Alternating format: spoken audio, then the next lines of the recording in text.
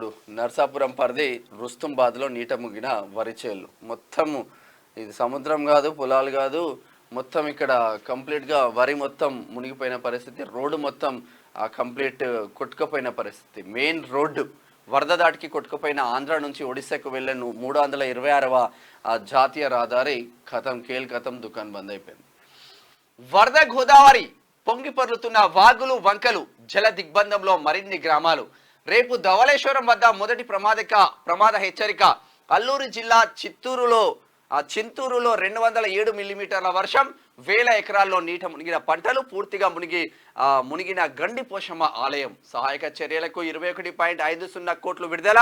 ఒడిశాలో తీరం దాటిన వాయుగుండం, నేడు రాష్ట్రంలో పలు చోట్ల భారీ వర్షాలంట. ఇప్పటికే పొట్టు కొట్టిందంటే మళ్ళీ ఇప్పుడు కూడా వాయుగుండం ప్రభావంతో కురుస్తున్న వర్షాలకు గోదావరి, కృష్ణా, శబరి నదుల్లో వరద ప్రవాహం అంతకంతకు పెరుగుతుంది. పంట పొలాల్లో నీరు చేరి చెరువులను తలపిస్తున్నాయి. శనివారం కూడా పలు జిల్లాల్లో ఎడతెరిపి లేకుండా వర్షాలు కురిశాయి. ఛత్తీస్గఢ్, తెలంగాణ, ఒడిశా రాష్ట్రాల్లోని భారీ వర్షాలు కురుస్తుండటంతో గోదావరి, శబరి నదులు ఉధృతంగా ప్రవహిస్తున్నాయి. సహాయక పునరావాస చర్యలకు రాష్ట్ర ప్రభుత్వం 21.50 కోట్లు విడుదల చేసినట్లు విపత్తుల నిర్వహణది చెప్పిందంట.